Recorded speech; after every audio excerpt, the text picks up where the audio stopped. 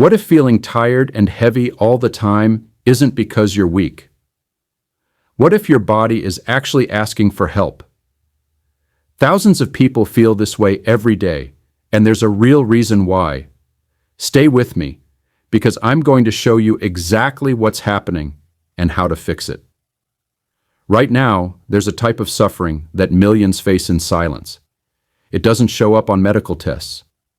It doesn't have an obvious diagnosis. But it's real, it's devastating, and chances are, you know exactly what I'm talking about. It's that overwhelming sensation that every simple task requires superhuman effort.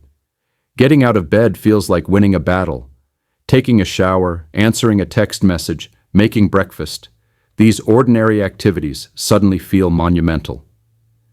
And here's the cruelest twist. You start blaming yourself. You tell yourself you're lazy, undisciplined, or just not strong enough. But what if that entire story is completely backwards? Let me share something that might change how you see yourself forever. Kelly McGonigal, a psychologist at Stanford University, has dedicated years to studying people living under extreme pressure. We're talking about caregivers watching loved ones fade away, professionals drowning in burnout, single parents carrying impossible loads. What she discovered will shock you. That crushing weight you feel? It's not a personality flaw. It's a legitimate biological response happening inside a nervous system that's quietly collapsing.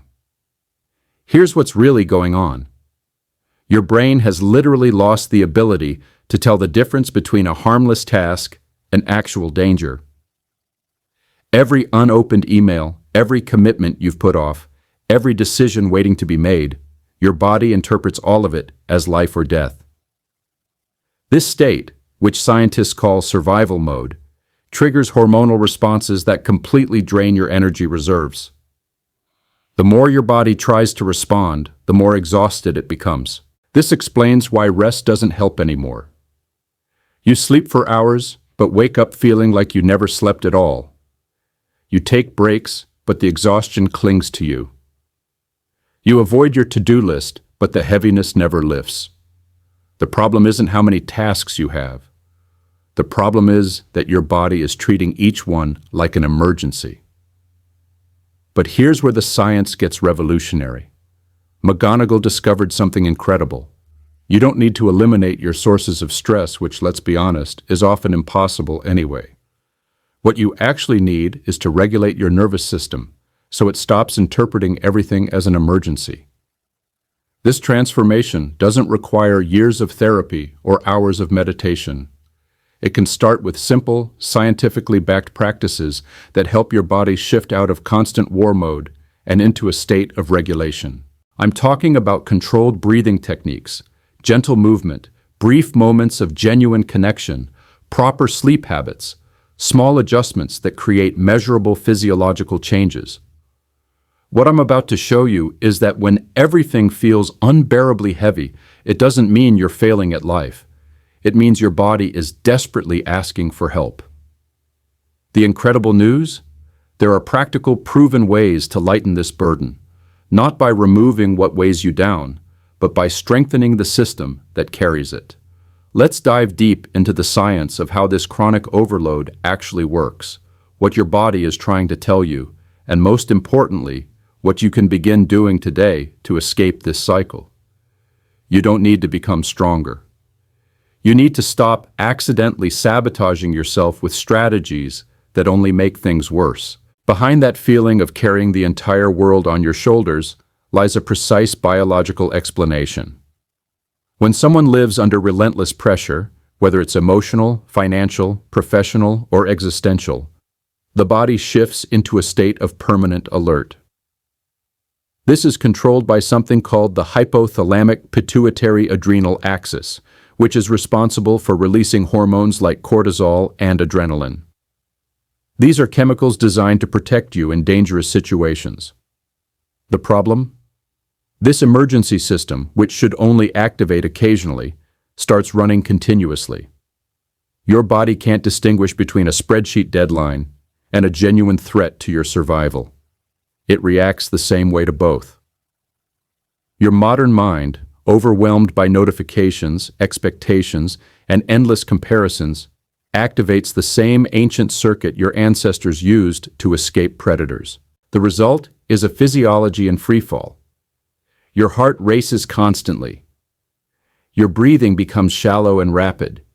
Your digestive system slows to a crawl. Your muscles stay perpetually tense. Your mind becomes hypervigilant, scanning for threats in everything. This combination creates that subjective feeling of weight, and it's not metaphorical, it's physical. Life begins to feel dense, like every thought carries 1,000 pounds. McGonigal observed this pattern in people who appeared incredibly strong on the surface. Doctors treating dying patients, single parents supporting entire families alone, professionals in high-stakes environments. They all described the same devastating experience, the gradual loss of their ability to react. The body enters survival mode and starts shutting down anything it considers non-essential. Creativity vanishes. Empathy disappears. Pleasure becomes impossible. Concentration evaporates. Everything gets suspended. Your mind reduces operations to the absolute minimum necessary to just keep functioning. This is the point where so many people describe feeling like robots on autopilot. They're not living anymore.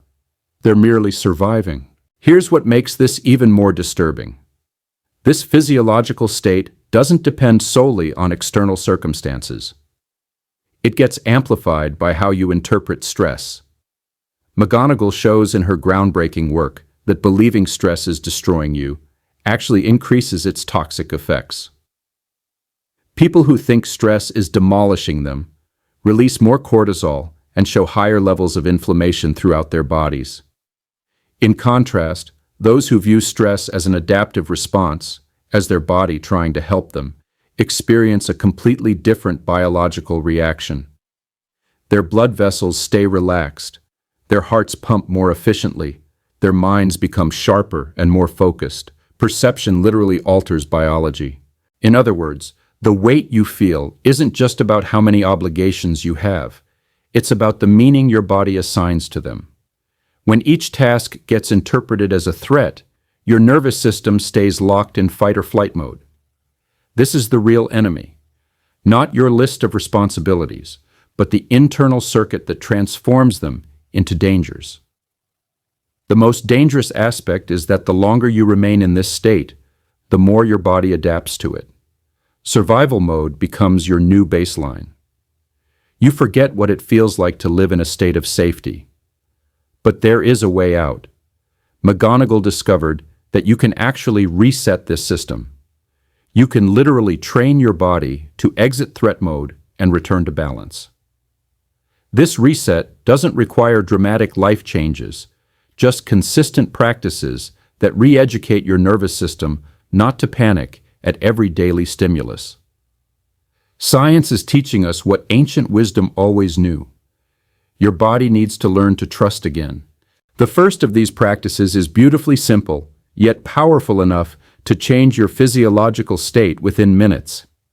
It's a breathing method that interrupts the threat cycle and restores your body's ability to feel safe. Among all the tools modern neuroscience offers for people living in constant overload, few are as accessible, fast, and effective as controlled breathing. The protocol Kelly McGonigal calls stress reset breathing isn't just a relaxation technique. It's a direct physiological intervention in your autonomic nervous system. When done correctly, this practice has the power to literally transform your body's state in just minutes, pulling it out of fight-or-flight mode and guiding it into a state of restoration and safety. To understand why this works, you need to know about the vagus nerve. This nerve is one of the main communication highways between your brain and body, especially connecting your brain to your internal organs. It's responsible for activating what's called the parasympathetic system, your rest and digest mode. When the vagus nerve gets stimulated, your body understands it's safe. Your heart rate drops. Your breathing deepens. Muscle tension melts away. Your mind quiets. It's the complete opposite of the stress response. Breathing is one of the few bodily functions you can consciously control that directly influences how the vagus nerve operates. This is where the technique's power lives. Here's the protocol. Inhale slowly for 4 seconds, hold your breath for another 4 seconds, then exhale for 6 seconds. The key is making the exhalation longer than the inhalation. This detail is absolutely essential because it activates vagal mechanisms that signal to your brain that the environment is safe. Repeat this cycle for at least 2 minutes, 3 times daily, or whenever the weight becomes unbearable. The goal isn't just to relax temporarily, it's to retrain your nervous system not to collapse when facing everyday stimuli. People who consistently apply this technique report remarkable transformations.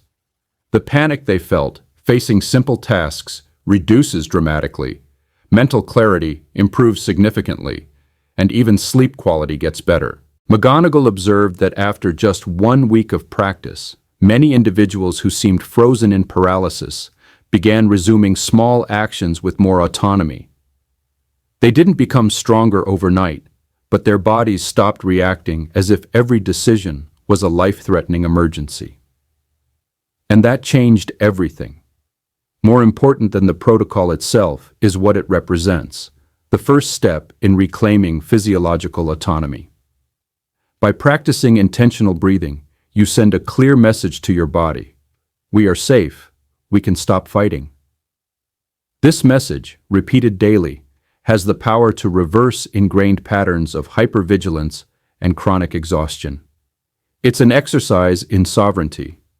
You stop being a hostage to your nervous system's automatic responses and begin taking control of your internal state. Of course, breathing alone isn't a magic cure. It opens the door, but the path requires continuity.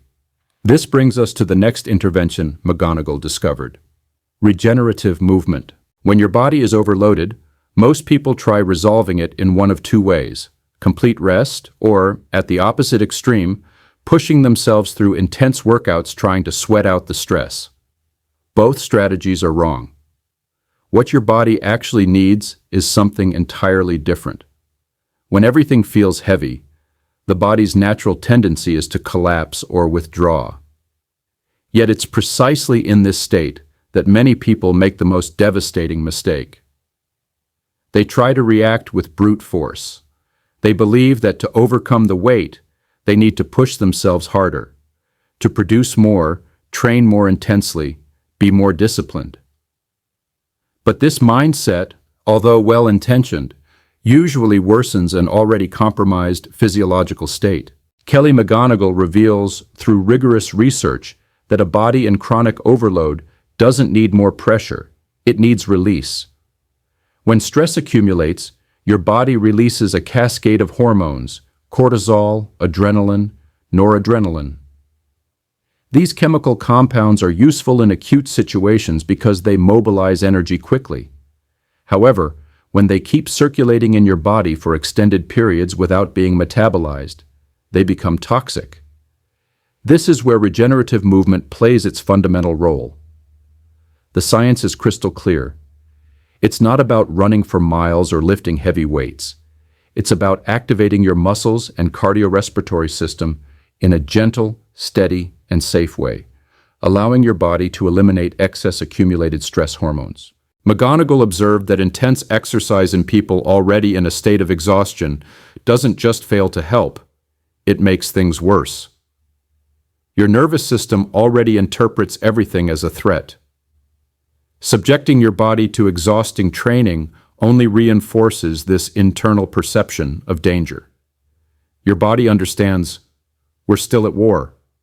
On the other hand, gentle movements, a slow walk, a sequence of conscious stretches, a light yoga session, send a completely different message.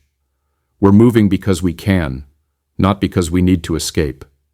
This changes everything. Furthermore, gentle movement has another fundamental component. It reintegrates body and mind. When you're stuck on autopilot, living in a dissociated state, the simple act of walking mindfully can become a ritual of reconnection. Feeling your feet touching the ground, observing your breath harmonizing with your steps, noticing the environment around you.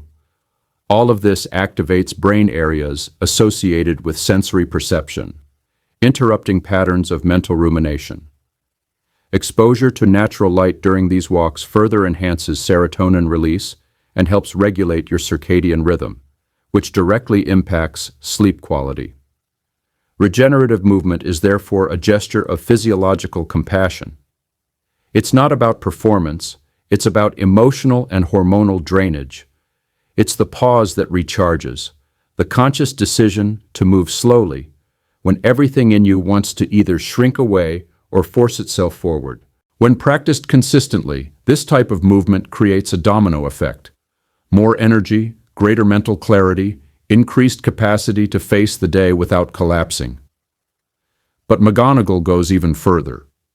She shows that even with regulated breathing and restorative movement, there's still an invisible element that amplifies the weight. That element is loneliness. The silent isolation that accompanies those living in overload can become a constant stress trigger. No matter how much a person tries to recover alone, the lack of human connection keeps informing the brain that the world isn't safe.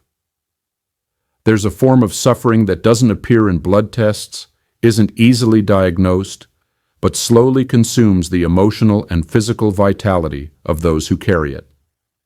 Isolation. When everything feels heavy, the natural tendency is to withdraw. You feel like you have no energy for social interaction. You don't want to burden anyone. Gradually, you begin pulling away. Friends stop calling. Messages go unanswered.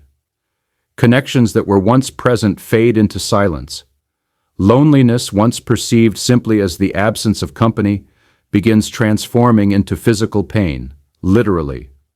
McGonagall identified this pattern across various contexts: lonely caregivers, remote workers in burnout, exhausted parents who had no one to even share words with.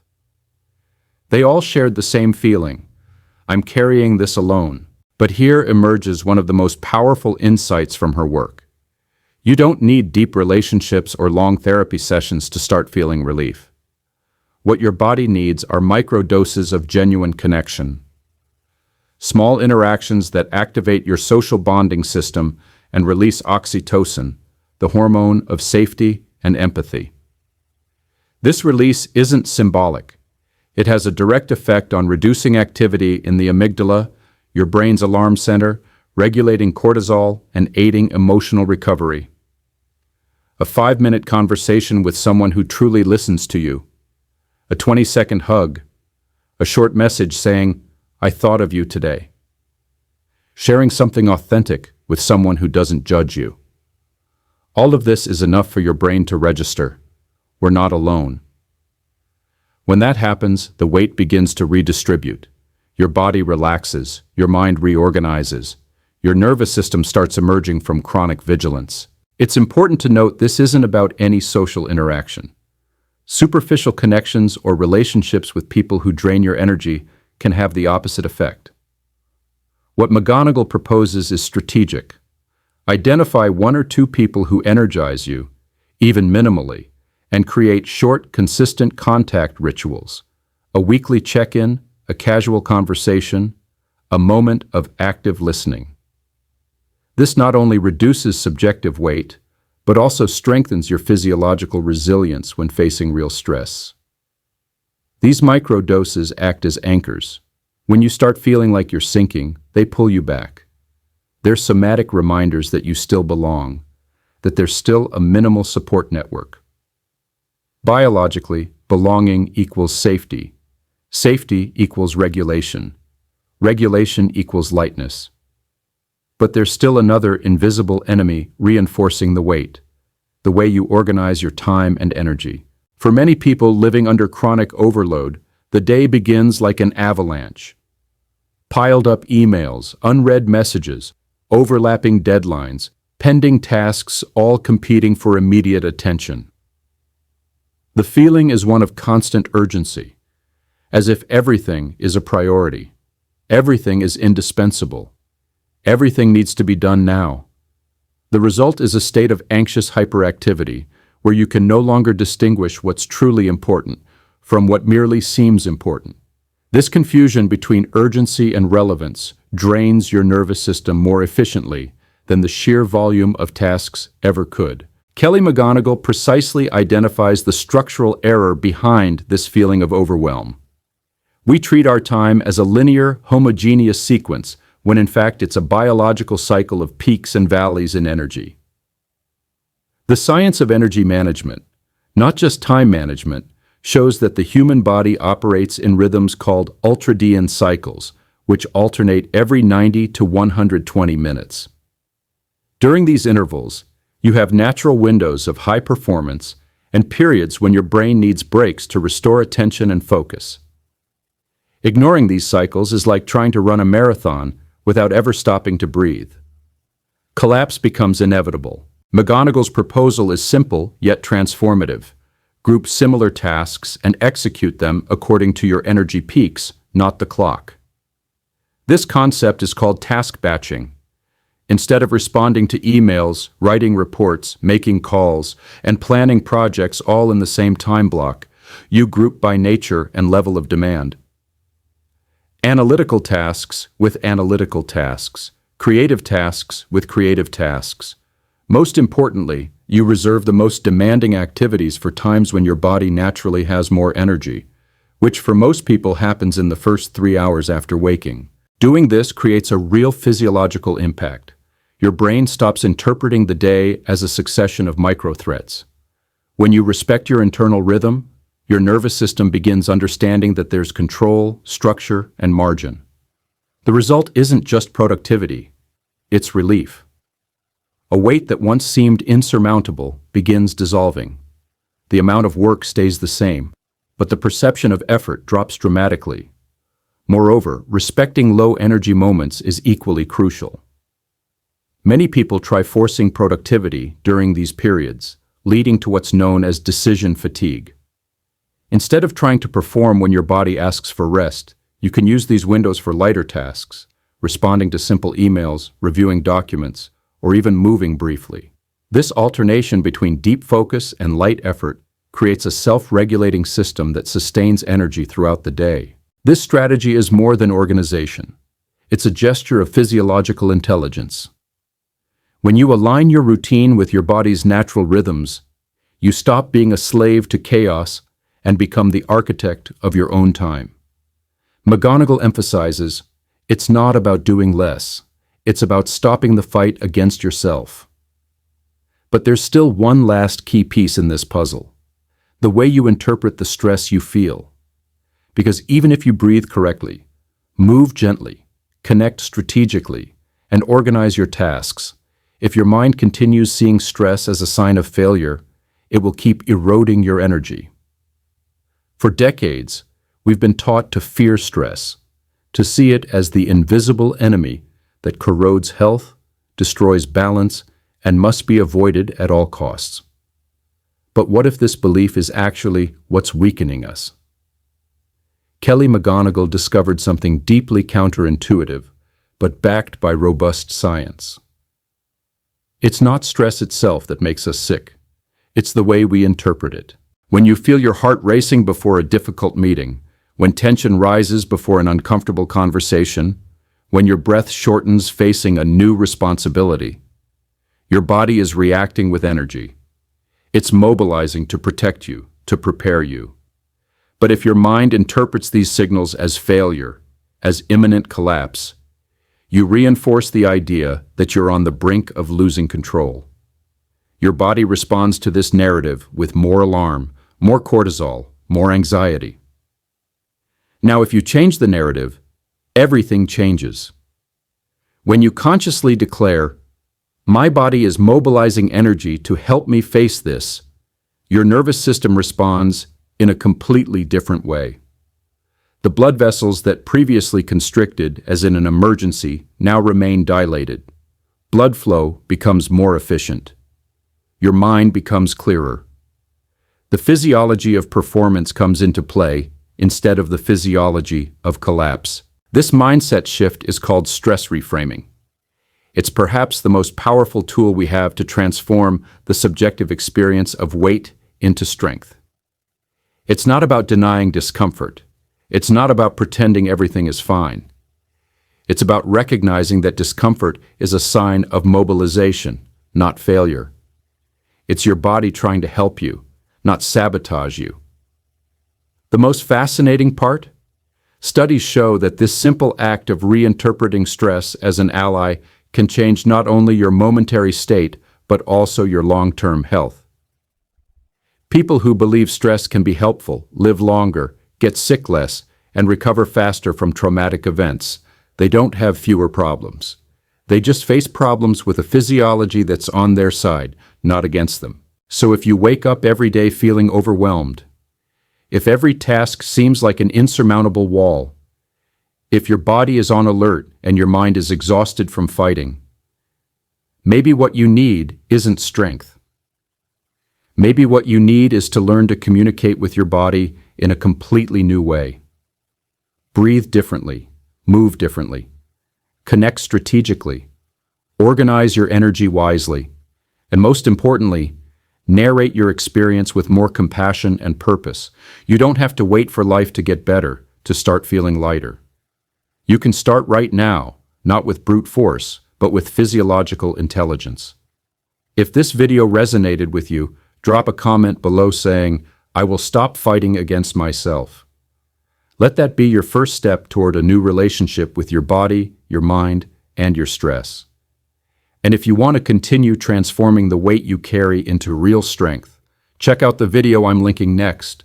It's an essential continuation of this journey. Subscribe so you don't miss what's coming. Hit that like button if this helped you see things differently. And share this with someone who needs to hear it. Because carrying the world on your shoulders alone is no longer an option. Let's change that together. I'll see you in the next one.